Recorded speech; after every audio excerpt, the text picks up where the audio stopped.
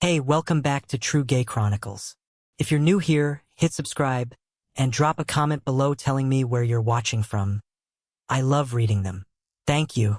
Now let's get into it. When I moved to New York, I told myself I was ready for anything. That was the lie I repeated whenever the subway felt too loud, whenever my tiny Brooklyn apartment felt too quiet, whenever I stood in front of the mirror in my work shirt trying to look older than I felt. I'd graduated 3 months earlier, and somehow I'd already landed a 6-month contract job in the city I used to dream about from my childhood bedroom. New York was supposed to feel exciting, like the start of something. Instead, most nights it just felt like I was pretending. Pretending I wasn't overwhelmed, pretending I wasn't lonely, pretending I actually knew what I was doing. The apartment helped at first. Nothing special. A narrow 2-bedroom on the 3rd floor of an old building, uneven wood floors, a radiator that clanked at odd hours. But it was mine. Well, mine and my roommate's. At least until he told me over cold leftovers that he'd be moving in with his girlfriend in 2 weeks. That night I sat on my bed, laptop open, scrolling through roommate ads that all sounded either suspicious or depressing. Clean, professional, no overnight guests. Quiet, spiritual household. I was seriously weighing whether I could survive sharing a bathroom with 3 aspiring DJs when a notification popped up. Tyler. I stared at his name before opening the message. Hey man, long time. Your brother said you're in New York now. Crazy coincidence. I'm moving there too, next month, for work. I knew Tyler because he'd been one of my older brother's closest friends for years. Growing up, he was always around. Loud in our kitchen, loud in our backyard, loud in whatever room he walked into. He had this easy, careless confidence that made people fall into his rhythm without even noticing. I mostly remembered him as the guy who joked too hard and laughed too loud, like the world already belonged to him. I hadn't seen him in years. Without thinking too hard about it, I typed back. No way. Actually looking for a roommate. My current one's moving out in 2 weeks. Want his room? The typing bubble appeared almost instantly. Seriously? That would save my life. I laughed to myself. Maybe it was too easy. Maybe New York was finally cutting me a break. We messaged back and forth. He said he'd be working for a media sales company in Manhattan. I told him about my job. He used way too many laughing emojis. I wasn't sure how I felt about that, but by the end of the conversation it was decided Tyler was moving in at the end of the month. I should tell you something before he even got there. I was already attracted to him. Not some dramatic love at first sight thing. More annoying than that. Quiet. Familiar. The kind of thing I refused to name because naming it would make it real. Even years earlier, when he'd show up at our house in sleeveless shirts and basketball shorts, smelling like body spray in summer heat, I noticed him too much. The way he leaned back in chairs like he had nothing to be nervous about. The way he filled a doorway. The way his voice carried through the whole house. It was one of those crushes you bury, because it means nothing. Because guys like him never mean anything good for guys like me. Still, when moving day came, I cleaned more than I needed to. Told myself it was just to make a good impression. But when Tyler knocked that Saturday afternoon, and I opened the door to find him standing there with 2 duffel bags, a gray hoodie stretched across his chest, and that same old grin, I knew right away my next few months had just gotten a lot more complicated. Woody, he said, stepping in like he already lived there. Damn, New York looks good on you. I laughed, surprised. He dropped his bag by the couch, looked around, then shook his head. Man, this city is insane. He lowered his voice like he was letting me in on a secret. There are so many LGBT people here. I blinked. He shrugged, hands up. Bro, I'm not homophobic. I just don't get that stuff. And just like that, 1 sentence in, Tyler reminded me exactly who I was dealing with. Living with Tyler was like cracking open windows in a room I hadn't realized had gone stale. He brought noise with him, movement, a kind of non-stop energy that somehow made the apartment feel smaller and more alive at once. Within 3 days he'd learned the deli guy's name, argued with our super about the radiator like he'd lived there for years, and talked the girl at the corner coffee shop into an extra shot of espresso just by smiling at her like she was in on some joke only the 2 of them shared. He filled silence before it had a chance to settle. First, it was good. Honestly, I needed it more than I wanted to admit. My job had already started wearing me down in that quiet, post-graduation way nobody warns you about. Everything looked impressive from the outside.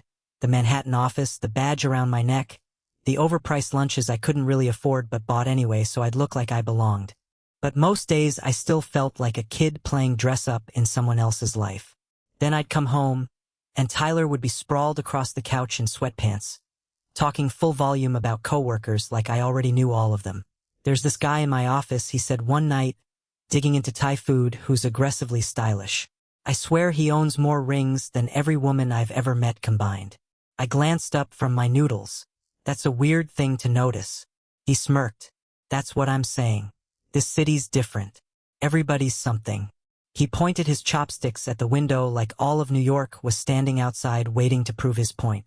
Then, like he always seemed to, he drifted straight into dangerous territory without sounding aware of it at all. I mean, seriously, he said. There are so many gay guys here. I kept my face neutral. Okay. He shrugged. Nothing. It's just noticeable. I stared at him, weighing whether it was worth challenging. In the end, I just kept eating. A few seconds later, maybe because he clocked my silence, he added, I'm not saying anything bad, bro. I'm not homophobic. I just don't really get it. There it was again. That same line, worn smooth from repetition. Easy. Safe. You say that a lot, I said. He frowned. Say what, that I'm not homophobic? He laughed once, short, because people always try to twist stuff. You can say you don't understand something without hating it. Sure, I said.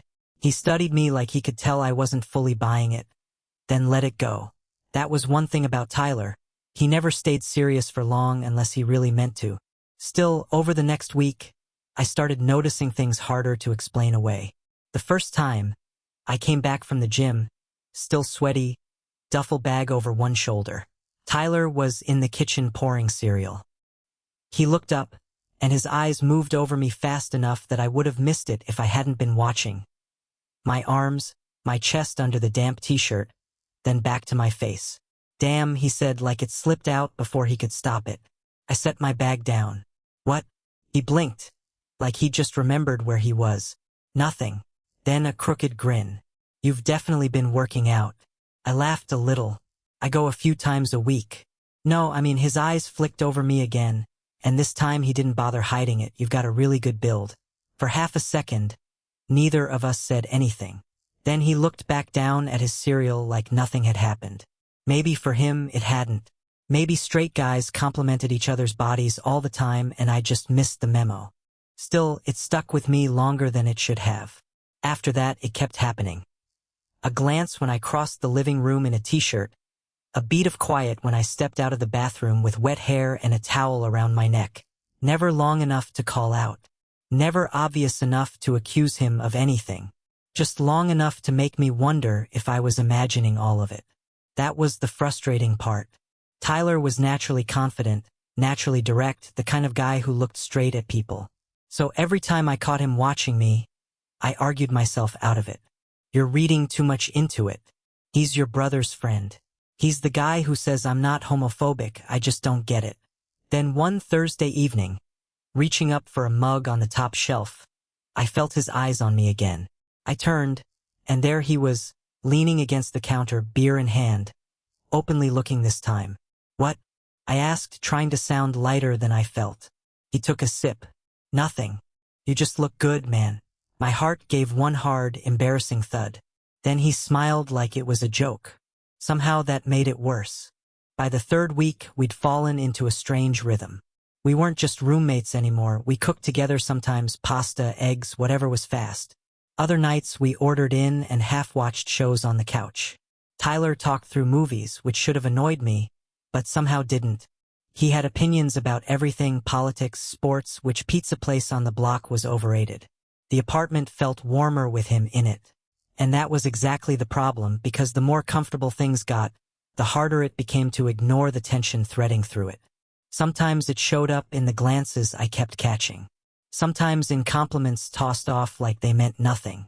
And sometimes it showed up in moments that made no sense at all. One Tuesday, I came home and tossed my keys on the table. Tyler was already stretched out on the couch, laptop on his stomach. You look exhausted, he said. I am. I dropped my bag by the chair. What happened? Meeting after meeting. My boss thinks everything's urgent. He gave a sympathetic look. Corporate life, man. I laughed and grabbed a water from the fridge. Then I said something that shifted the whole mood. I might go out tonight. He didn't react right away, just kept his fingers on the keyboard. Yeah. Matched with someone last week. He looked up. With someone? I leaned against the counter. Yeah. A pause. Not long, but long enough to notice. Wait, like a date?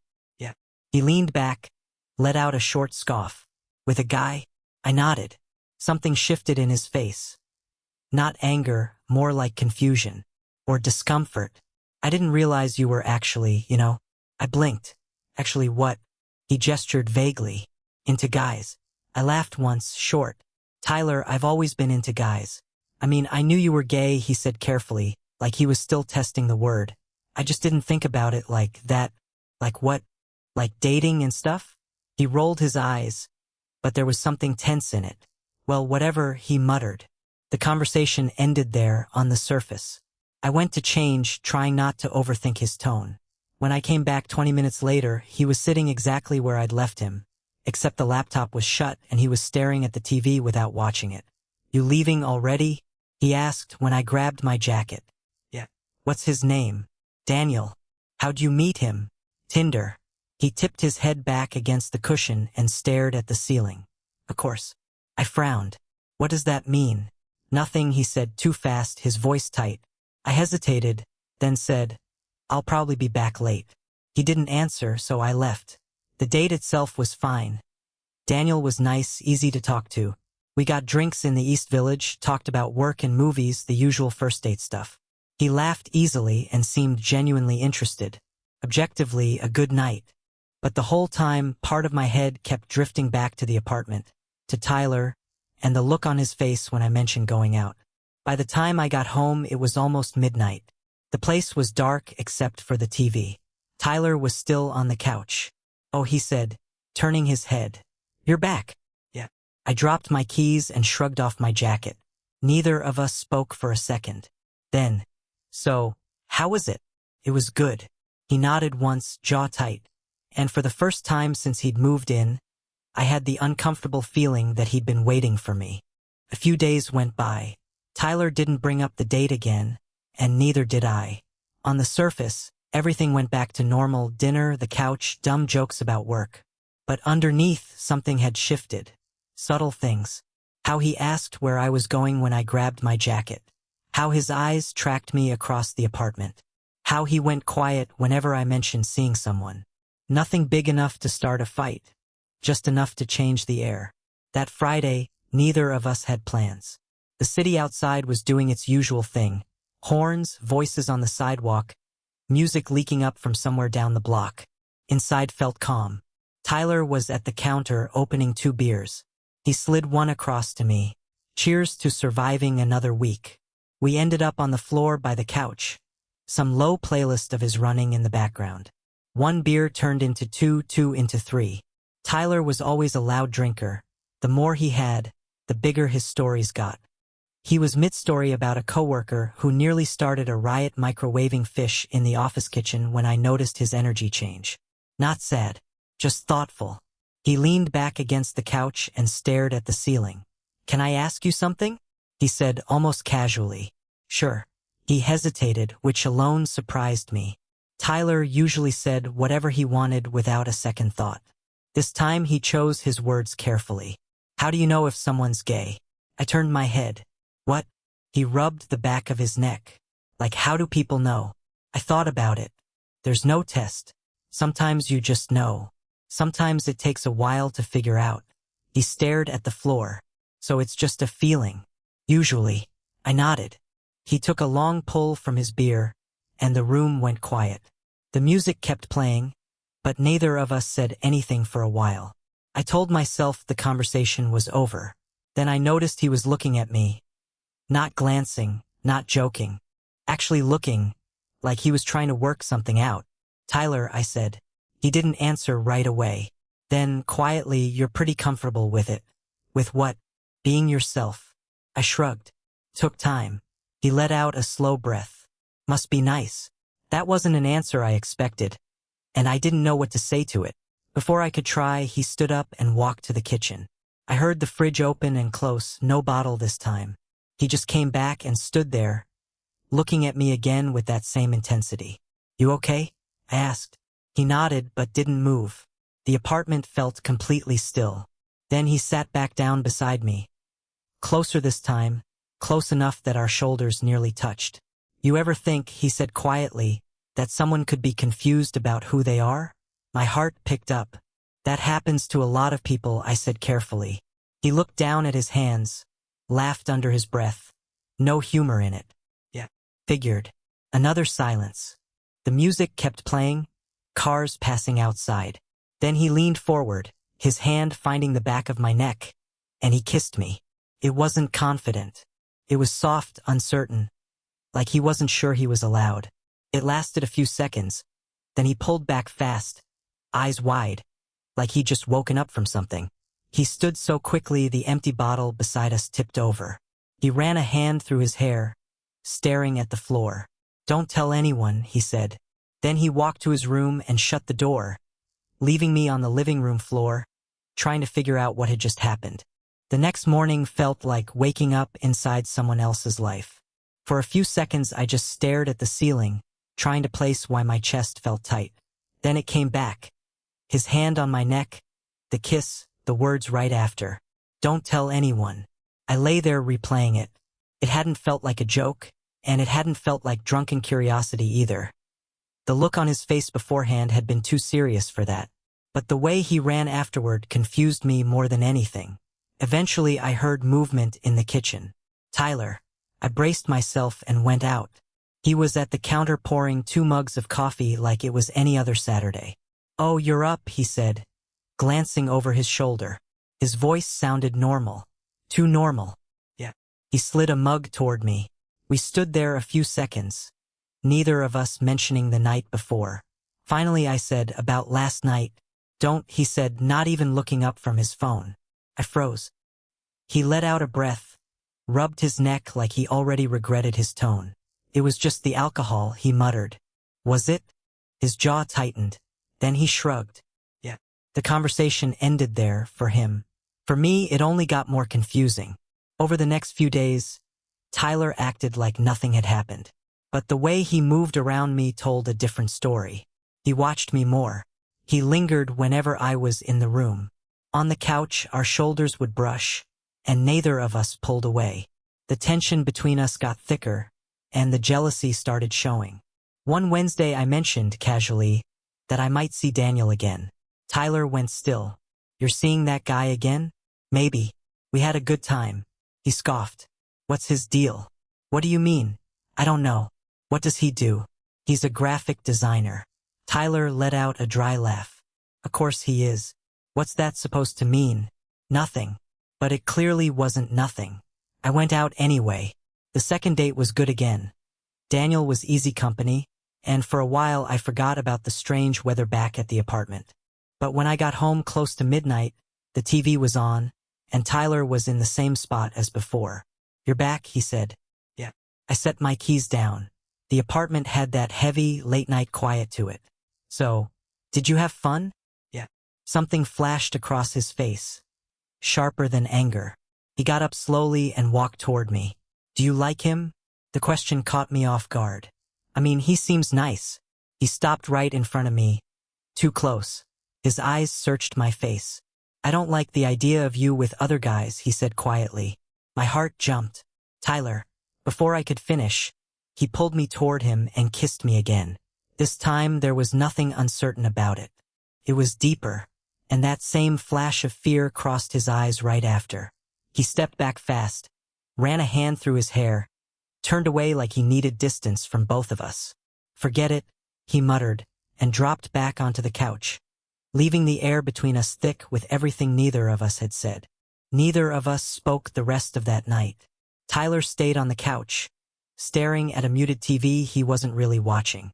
I stood in the kitchen, rinsing a glass that was already clean, my heart still going too fast. This second kiss had felt completely different from the first. The first one was confusion. This one was something he couldn't hold back anymore. But the way he'd pulled away afterward still stung. I dried my hands and leaned on the counter. Tyler. He didn't look over. What? We can't keep doing this. His eyes went guarded. Doing what? This, where you kiss me and then pretend it didn't happen. I told you, he said quietly. Forget it. No. The word came out stronger than I expected. He frowned. I mean it, I said. I'm not pretending that didn't just happen. For a few seconds he said nothing. Then he rubbed both hands over his face, suddenly exhausted. You're making it bigger than it is. Am I? Yes. Then explain it. He stood, crossed the room, and stopped near the window. City light reflected faintly off the glass. For a second I thought he'd walk away again. But this time he didn't. His shoulders dropped as he let out a slow breath. You wouldn't understand, he said. Try me. He laughed. Bitter. That's the problem, Woody. You actually might. He turned around, and for the first time since I'd known him, he didn't look confident. He looked tired. You think this is easy for me? I don't know, I said honestly, because you won't tell me what's going on. He stared at the floor for a while, then sank onto the edge of the couch. I wasn't supposed to be like this. The sentence just hung there. What does that mean? I asked softly. He rested his elbows on his knees, hands clasped together. You know my cousin Mark? Yeah.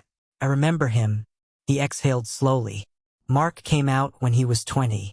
He paused. My dad didn't take it well. That's putting it nicely.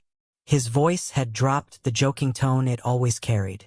Suddenly Mark wasn't part of the family anymore. My dad stopped answering his calls. My mom cried for weeks. My uncles kept saying he was embarrassing everyone. He shook his head. He didn't come to Christmas that year or the next. The apartment felt very still. I remember watching all that, he said, and thinking, if that were me, I'd lose everything. Something tightened in my chest. So you decided to pretend? I asked gently. He laughed under his breath. It wasn't that simple. He leaned back, staring at the ceiling. You know how guys are growing up. Locker rooms, college parties, work. He gave me a tired look. If you're not laughing at the jokes, people start looking at you differently. I nodded slowly. So I played the part, he went on. Loud guy, confident guy. The one who says dumb stuff like, I'm not homophobic, I just don't get it. His mouth twisted. It worked. Everyone believed it. And you convinced yourself too? He didn't answer right away. Then, quietly, I tried. The honesty in that sentence made the room feel heavier. Neither of us spoke. Then he looked at me again. But then I moved here. New York, I said. He nodded. I thought maybe things would feel different. Did they? He laughed softly. Yeah, they did. How? His eyes met mine. Because of you. My heart skipped. You're comfortable with who you are, he said. You don't hide it. You don't apologize for it. His voice dropped almost to a whisper. So pretending got a lot harder. He stood, walked toward me, rubbing the back of his neck like even admitting this cost him something physically. Living with you every day, seeing that, it messed with my head. He stopped a few inches away, studying my face like he was finally letting himself really look. I've liked men for a long time, he said. I just never let myself say it out loud. He swallowed. But you, he hesitated, then finished quietly, you made it impossible to keep pretending. Before I could respond, he leaned in and kissed me again. No panic this time. No hesitation. Just the honesty he'd been avoiding for years. After that night, something in the apartment changed. Nothing dramatic, no big speech the next morning, no clean moment where we defined what we were now. But the tension that had been sitting between us for weeks finally eased. For the first time since Tyler moved in, the air felt lighter. I woke up early the next morning, sunlight already leaking through the thin curtains, the city outside starting its usual rhythm.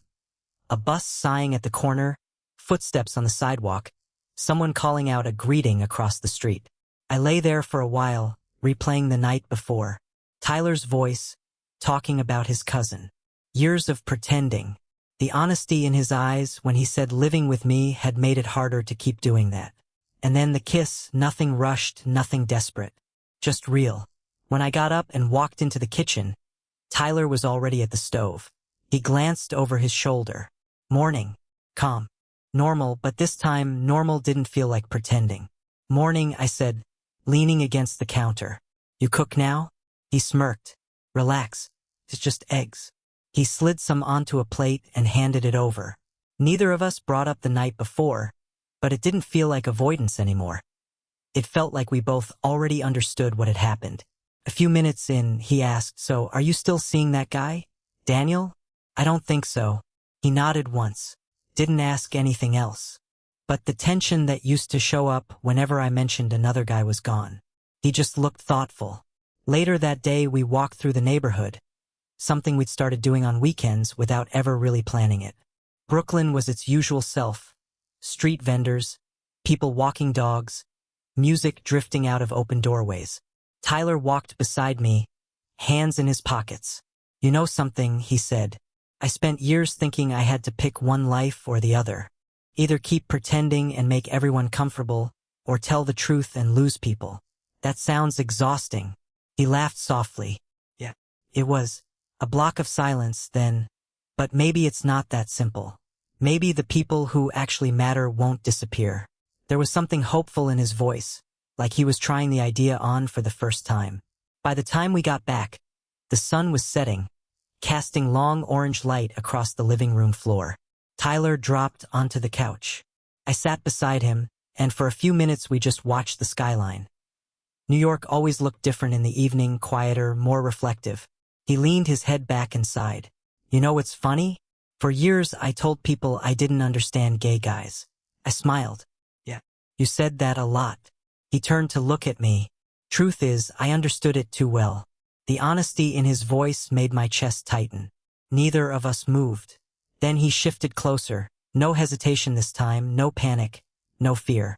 He rested a hand against the side of my neck and kissed me. Slow, easy, nothing like the first kiss that came from confusion, or the second that came from jealousy. This one felt simple, like something that had been waiting quietly between us the whole time. When he pulled back, he stayed close. For a second I braced for it, don't tell anyone. But he didn't say it.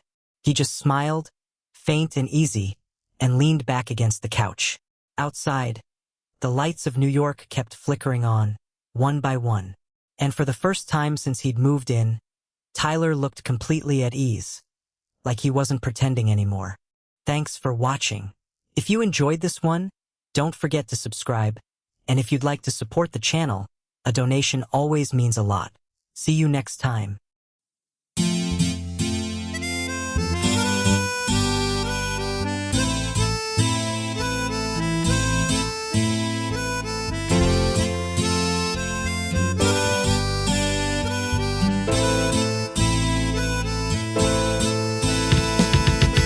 आशिक हूँ तेरा राजा बाजार का, लगता है मुझको नशा ये प्यार का।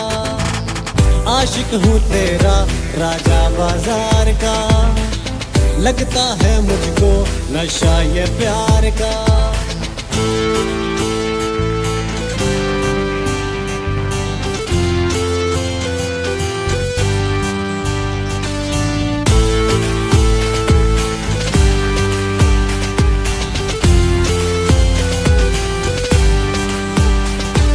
मुस्कुरा के बात करती हो, आदतें खराब करती हो। ना दिखो बेताब लगता हूँ, आशिक बेहिसाब लगता हूँ। ऐसा नशा है तेरे दीदार का, आशिक हूँ तेरा राजा बाजार का, लगता है मुझको नशा ये प्यार का। जिंदगी हसीन लगती है जब ये जालिम प्यार होता है। सांसों में सांस आती है जब तेरा दीदार होता है। नखरा है ऐसा मेरी सरकार का, आशिक हूँ तेरा राजा बाजार का, लगता है मुझको नशा ये प्यार का।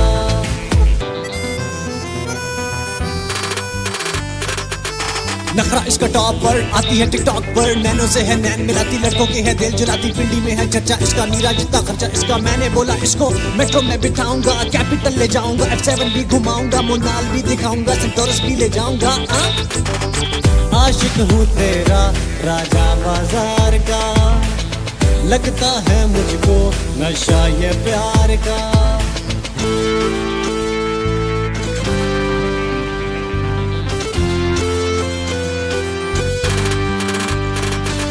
मौसमों की बेकरारी को आजमा के जान जाओगी,